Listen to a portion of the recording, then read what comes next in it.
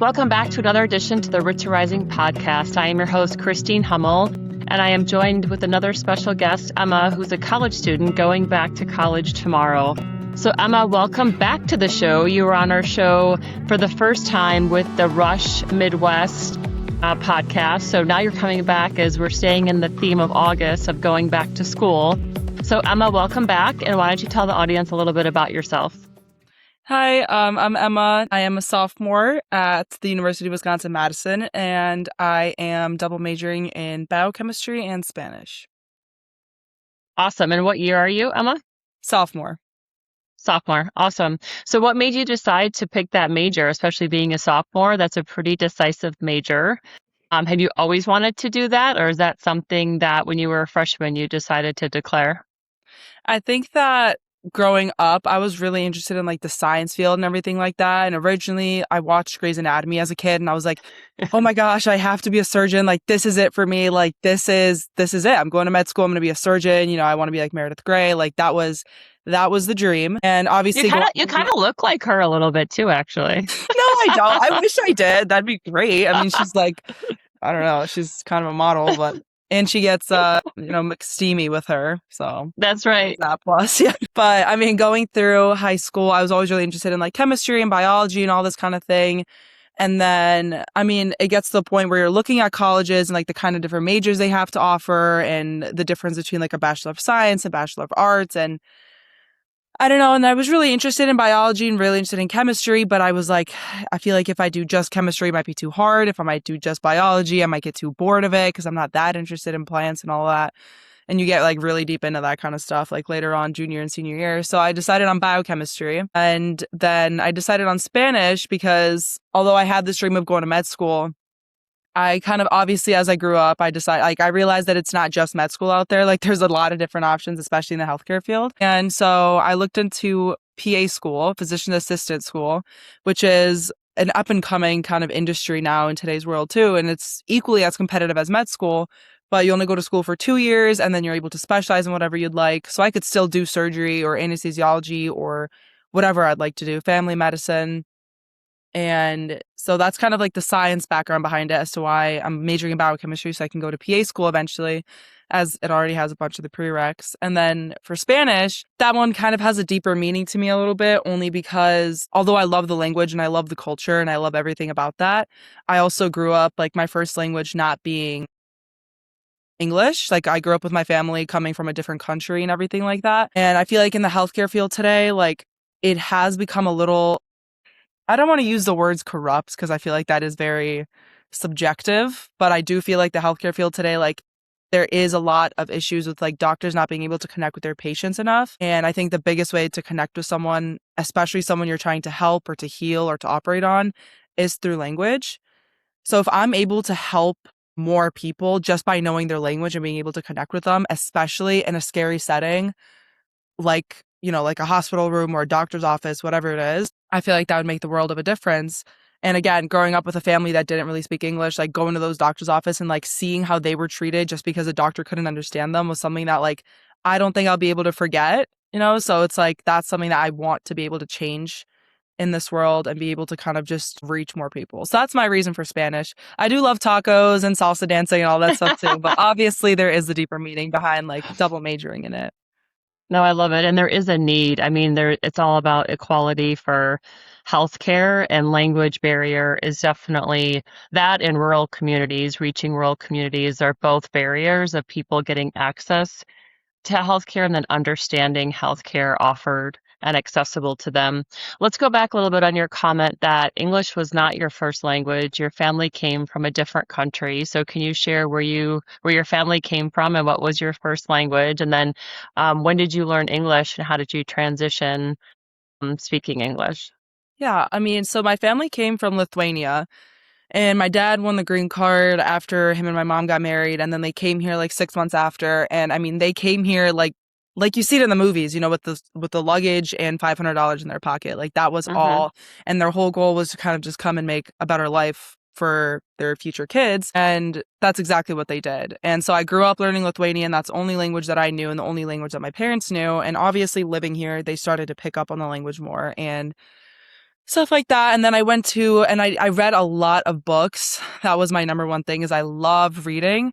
So I think that that really helped with my transition into English. But then I went to preschool and kindergarten, all that stuff. And I just kind of became like, the language part of it was obviously going to school, but the cultural part, like I only became aware of how different my culture was come like elementary school when like my mom would pack me something that like she made last night for dinner and I would be sitting in the lunchroom and like the other girls with their like peanut butter and jellies would be like, ew, what is that? And I'm like, what do you mean? Like, there's just not, does So your what mom, did you have? What did she pack you? Because I have a similar story.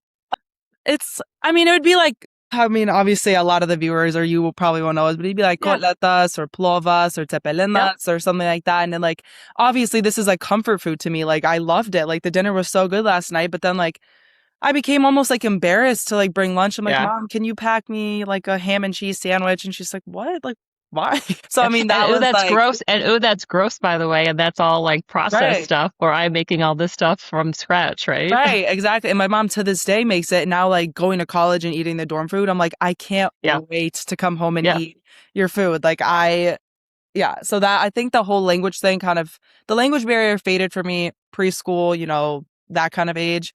But then obviously the cultural barrier, I wasn't aware of it until like elementary school when I would like bring my lunch and all that stuff. So similarly, just a sidebar. So my mom would make, we're German, so she'd make like fresh egg salad with pickles in it, and it was so fragrant. And back in the day, you don't have like ice packs you put in your lunch or Yeah. anything. So like one, it wasn't refrigerated. Never got sick. And then two, it just had this smell. I didn't know any different. I'm like, this is one of my favorite Yeah. like lunches. So, and then she would get like the leftover meatloaf. She'd like put in a sandwich, and everyone was just like, what are you eating? I'm like, but again, to your point, you don't know any different, and it's Yeah. really good. Right. Exactly. So when you were learning, when you didn't, I think it's interesting, you didn't realize that you were different because you didn't know anything else, right? You just No. coexisted in your house with your family. And so when your parents came here, how did they integrate kind of into America? And then like what were their first jobs that they found? And there's no like translator for them coming from Lithuania. Like they had to figure it out. So what did they do when they first got here? What were their first jobs? So my dad was very like typical. He went straight into construction. That was very typical back in the day. He didn't go to college to my knowledge, or no, he didn't go to college. I was like, I don't think he finished high school fully or something like that because like the norm was you get to 16 or 17 and you go straight into the workforce. And Yeah. obviously a few of his friends like definitely might have gone to further schooling and become like engineers or something. But to my knowledge, him and all of his buddies, it was just construction from day one. Like he went to Yep. England at 17 and worked there for a bit, but came to America and the first thing he found was construction. I mean, obviously, it's a very common job to have for immigrants, no matter from what background. They Yep. know how to work with their hands. So Yep. that's that. And then my mom, she started out as a caregiver to an older person. And I remember her telling me the story. Actually, we were just talking about this the other day that she was like, they knew like two people here when they came.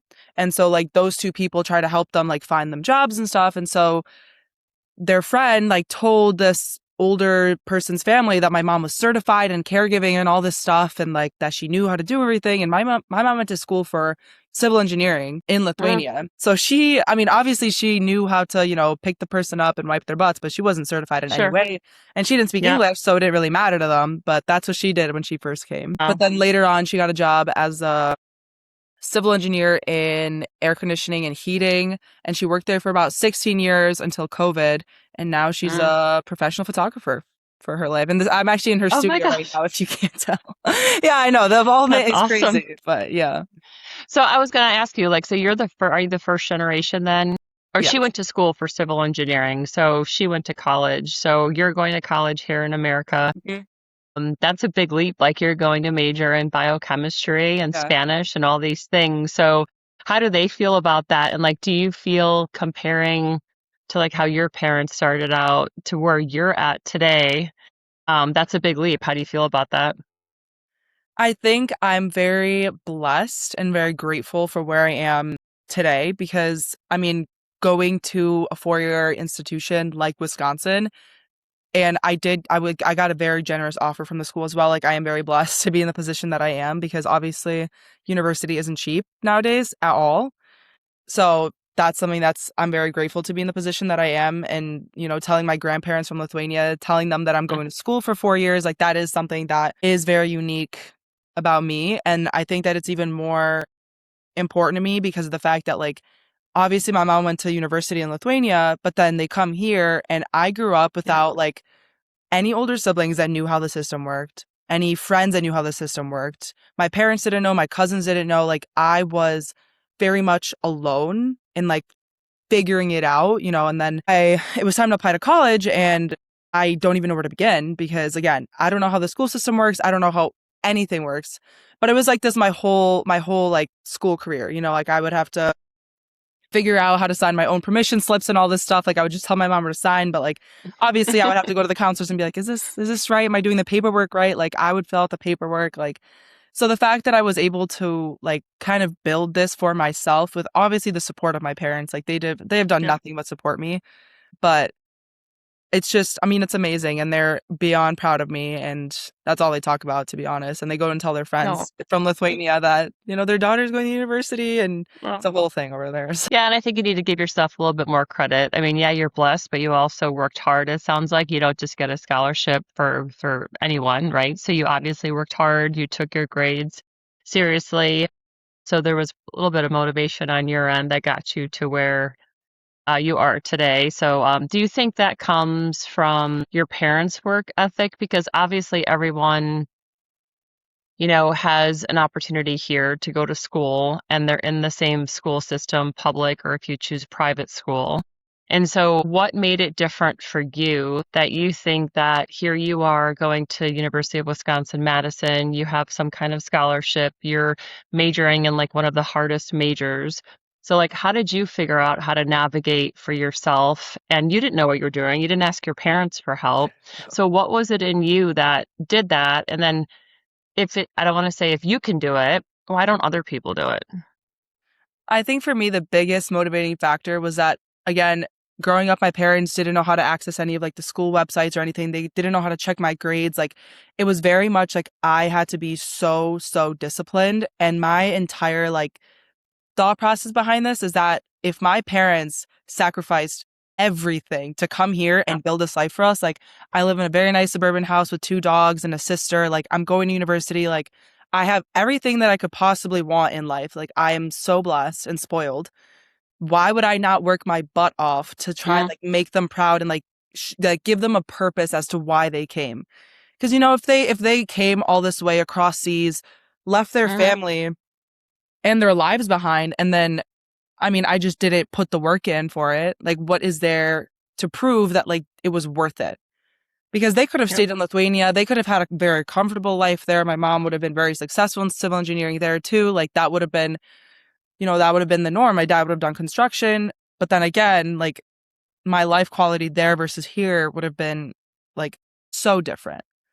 So I yeah. think it's just like the idea of like just wanting to make them proud and like wanting to like give them a purpose as to why they came really did motivate me. And to touch on the second part of your question as to why other people, I think that like everyone has to find like some type of internal motivation to be able to accomplish what they want to accomplish, whether it's something that they want for their future, whether it's something for their family, whether it's trying to prove other people wrong, because it is hard nowadays to stand out and it is hard nowadays to like compete with other people just because there's so much out there and so much knowledge. And I mean, even like going to university, I'm at the bottom. Like in high school, obviously I was pretty successful. Like I was, you know, I spoke at graduation. Like, I don't know. It was like kind of cool. Everyone kind of knew my name. And then I get to university and again, I'm at the bottom. Like there's so much competition. So it's like you're either doing it for you or you're doing it for, Yeah. but you can't, I don't know. You just have to find an intrinsic kind of like moment or like belief to kind of just push you forward and get you to where you want to go. Yeah, because it's hard enough doing what we're doing, right? To remain different, to remain competitive, to constantly push yourself. And if you want to push yourself, I agree. You have to find something that internally motivates you to do it. And maybe the difference is, people growing up here that are second, third, fourth generation, there's a different level of maybe they feel entitled, like they deserve to go to college. Like this is just the road that everyone goes to when their parents went and their grandparents went. And it's just kind of the next thing they do. So a different motivation they have. I agree. They have to find some way, shape, or form to motivate yourself to continue on because it's not easy. Like it'll be competitive in college, and then when you go to the workforce, that'll be competitive too. And every day is hard, right? Because you're constantly different challenges are coming your way, and so to find something that you get up for in the morning and that you're excited about and gets you through the hard times is super important. So let's go back to you transitioned. You first said you were going to go to med school, be a surgeon, but then you transitioned to go to PA school because of different opportunities that the PA accreditation has been able to get. But are there other reasons, or is it less schooling? Like, why did you transition from fully going to med school? Because it sounds like you were super passionate about, being the surgeon versus transitioning to PA school. I think one of the biggest concepts that like I had to think about when I obviously grew up was like you have to think about your future life and what you want. When I grow up, I want one of my biggest priorities in life to be my family, to be like, to have kids, to have all this kind of thing. If you go to med school, like it's known that like your priority in life is medicine. It's the job, no matter Yeah. what time of the day, no matter what time of the week, no matter what time of the month, it's medicine. And I think that I want the work-life balance. And with PA, like you work your butt off, but then once you are a successful PA, like you get to have that balance. And like I had a neighbor that was a PA, and so she had a kid, she had a dog, like all this stuff, and she worked in like an emergency department. And I mean, that's just the kind of life that like I would strive to have because I want that balance. I want to be able to spend time with my family, my friends, stuff like that. And I feel like with med school, although obviously there is still opportunity for that, that leisure comes later. And I think that I'm not built for that. And I love school. I love being able to learn and stuff, but med school, like you have to be very disciplined and very like, I don't, like selfish almost in a way as to where you have to kind of like Yeah. put yourself first and because that's your life. So that's just something Yeah. that I No, would consider. no, I think that's a great answer. And you're evolving, right? What you want when you're younger, you learn more information, you hear more experiences, and then you're prioritizing what motivates you, what you want holistically, which is to have a family and work-life balance. So you know that it has to be modified. And I think that's okay for obviously you're not going to, whatever answer you have in the beginning is probably not going to be the answer of what you're doing or what you want to do in the end. There's 25 different evolutions that you're going to go through and it may change again and that's okay. But I think that's awesome that you kind of thought in the future to say, okay, does this hit my motivators? Does this hit my skill set? Does this hit my priorities? And to look at things holistically versus just kind of focusing on short term, what's right in front of you. Right. So that's awesome. So you're leaving for college tomorrow. Let's talk about some of the stress that college brings. You've already accomplished freshman year. Hmm. Sounds like you have, tough classes coming your way. So talk about like some of the stress that you feel. Is it different from sophomore year to freshman year? And then how do you deal with some of the stress? Yeah, so I think that going into sophomore year, you know how it works. You know the size of the classes. You know that the professor is probably going to be standing at the front of the classroom with the microphone as you're sitting amongst 500 other students. Like, this isn't new anymore. So you don't have the excuse of saying, oh, it's my first year. Oh, it's my first chem class in college. Oh, it's this. Oh, it's that. Like, now it's kind of time to like really start focusing. And obviously, freshman year, there's a lot of exploring new things, going out, making new friends, joining a sorority, those kinds of things. So it's like there is a lot of, I don't want to say excuse, but there is like kind of something to blame if you don't do as well your first year. So obviously, the stress going into sophomore year is that there isn't that anymore. Like I've established myself in my sorority, I have my friends, like I have everything laid out for me. I know how it works, but now it's a concept of how well am I going to do in this environment now that I know how it works. And that's the scary part because the classes aren't going to get any easier. I just have to be able to adapt to them more. So I think that's where kind of the stress comes in because all I want to do is succeed. And obviously, failure is a really scary thing for me. So not knowing kind of like how I'm going to perform in this kind of thing is a little nerve wracking. But obviously, I have faith that I will try and, push my way through this. How do you manage through the stress? I think having a good system of people is the biggest thing you could do because obviously my parents are like 2.5 hours away, which I am blessed that they are this close. But again, it's not like you can just walk into their room and say, Mom, like this happened, I need your advice. Like you have to surround yourself with the greatest, like a big group of people. But that's just the kind of person that I am. Like I know that like some of my friends, like when they're stressed, like they need to like sit in their room alone and like reflect and listen to music. I need to like talk to people. I need to talk it out. I need someone to give me some type of advice or just like remove myself from the situation or go for a walk, like go get lunch, like something to take my mind off of it because obviously being in college before an exam, during an exam, like it's a lot of stress. Like that's not something that, I'll downplay.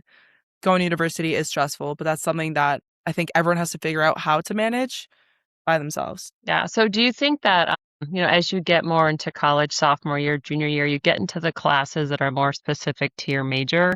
So yes, they might be harder because you actually need to learn it to do your job.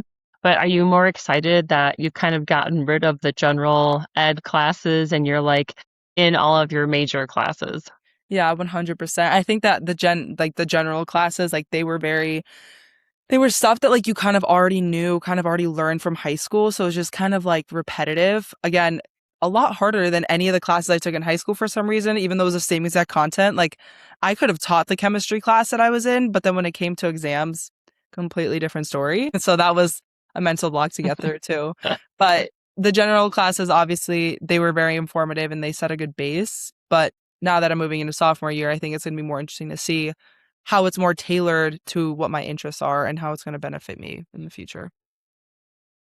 Do you think, sidebar, that the test taking skills that you have may have been modified because of COVID? Because essentially, for 1 to 2 years in high school, I believe there was no, test taking or no grades for tests because one, you were at home, and two, it was just kind of everyone transitioning back to being social.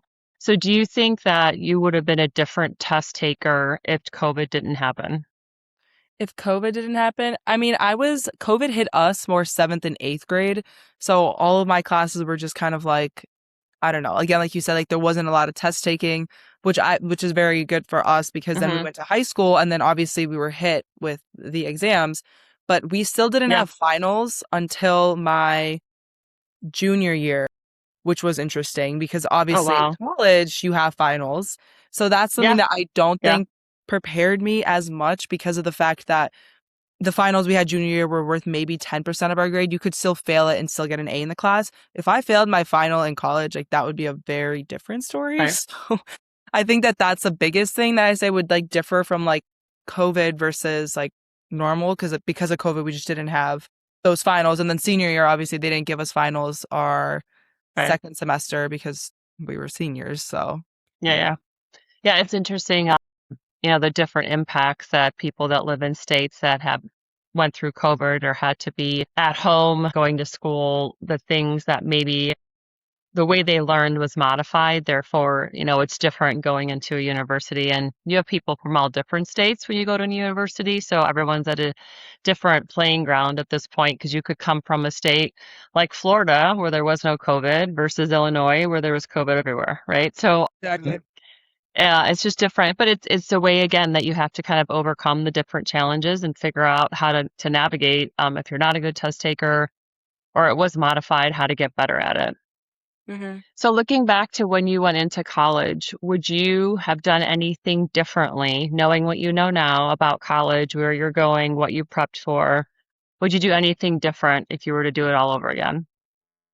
I honestly don't think so. I think that I went into college with very like open mind. I think that I was very like prepared again from like high school and I was very driven academically. So I knew that like no matter what, like I wasn't very sidetracked by like the social life. Although did the social life happen 100%? Like did I still go out on a night where I probably shouldn't have 100%? But then again, like that is the freshman experience. Like I Yeah. think I gave everything a try.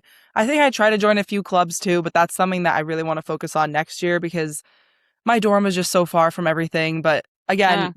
the freshman experience. So I think that I did everything the way that I wanted to. I think that something that I would do more is use more of my resources. Like towards the end of the year, I started exploring more of the resources. Like we have like a math learning center and like all this kind of thing, like tutors and stuff like that, that seems a little daunting going into freshman year because you're like, I don't know how to apply. I don't know what link. I don't know.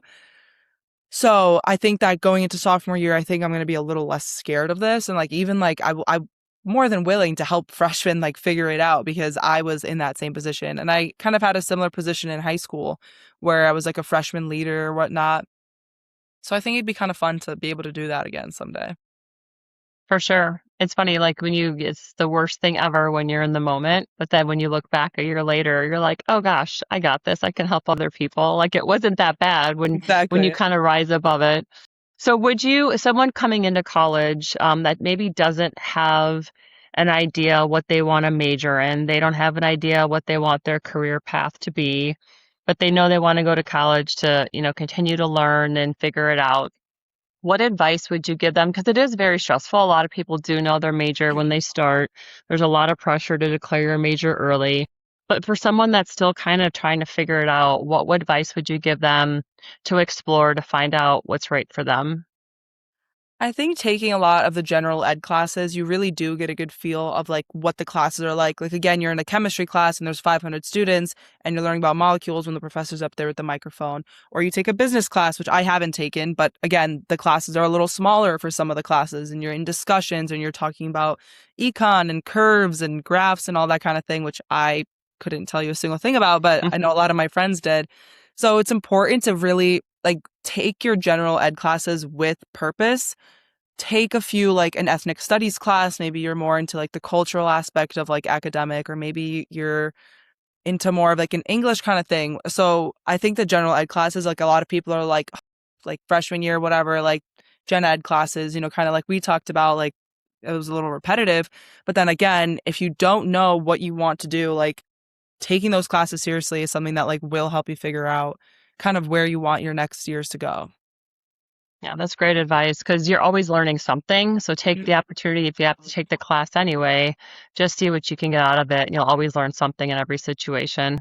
So for one of the last questions, if you have a new freshman that's packing up like you are with all your things behind you and they're leaving, but they're super nervous and they're questioning if they made the right decision, and they're kind of freaking out right now, what advice would you give to a freshman going into college right now?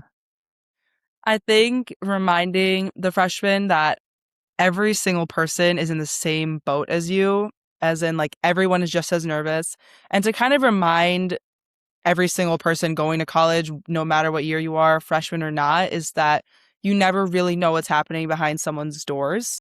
And I think that that's something that is an emphasis in everyday life, but especially going to college. Like you're going to meet so many people and you never really know what's going on in their lives. You never know where they came from. Like you don't know, what their family's like, what their situation is. So it's important to kind of like treat every single conversation just like being able to meet them and talk to them like purely with no like biases or anything like that. Because again, like you never know what's happening behind someone's closed doors. So I think it's important to kind of like go in with a very open mind, to not blow anything off and just to kind of like let the experience take you almost. And even if you have like a bad first day or first week or stuff like that doesn't mean it's going to be a bad semester or a bad 4 years. I think it's very important to like stay open minded about it. That's great advice. What about if someone, like, what's the best advice on how to talk to people or to make friends? So let's pretend someone's going to college, they don't know one. They're going far away. No one from their high school or that they know is going to college. It's very overwhelming to talk to people. So what are some tips that you could give them, knowing what you know now as a sophomore, ways that they could meet people and make some friends?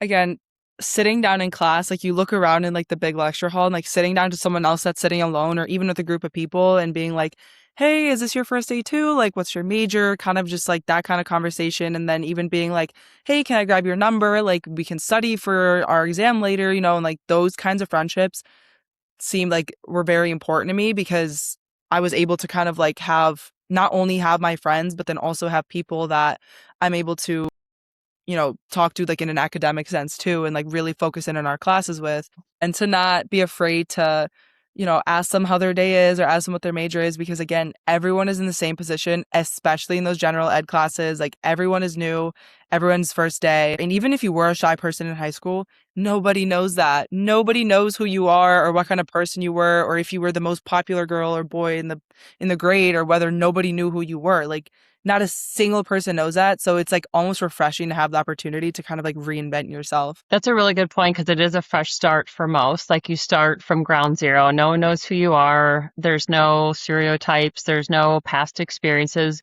but there is social media. So someone will look me up on Instagram. Someone will look me up on Snapchat. They may see some things historically. So how do you deal with that? How do you deal with meeting new people, but also making sure there's a right balance of social media and how that impacts their perception of you? I think it also depends on the kind of person you are. And like, if you are on social media like 24/7 and you believe that, social media is your best like encapsulation of who you are as a person, I don't necessarily agree with that, because I do think that it's very subjective. Like, no one could look at my Instagram and be like, "Oh, she's actually kind of fun to talk to," or "Oh, she's majoring in Spanish because she wants to be able to connect with more people." Like, you can't tell that from an Instagram or a Snapchat. So I think that looking at a Snapchat and Instagram, you can be like, "Okay, she's cute. She's friends with this and that, and her boyfriend is this and that, and whatever." But I think that that's where like the opinions should kind of stop, because again, you don't know who a person is unless you sit down and have like a face-to-face conversation with them. So it's the whole thing of just being open-minded and just not judging someone just based off of, social media presence, or whether they have 500 or 2,000 followers. Like, it does not matter in the grand scheme of things.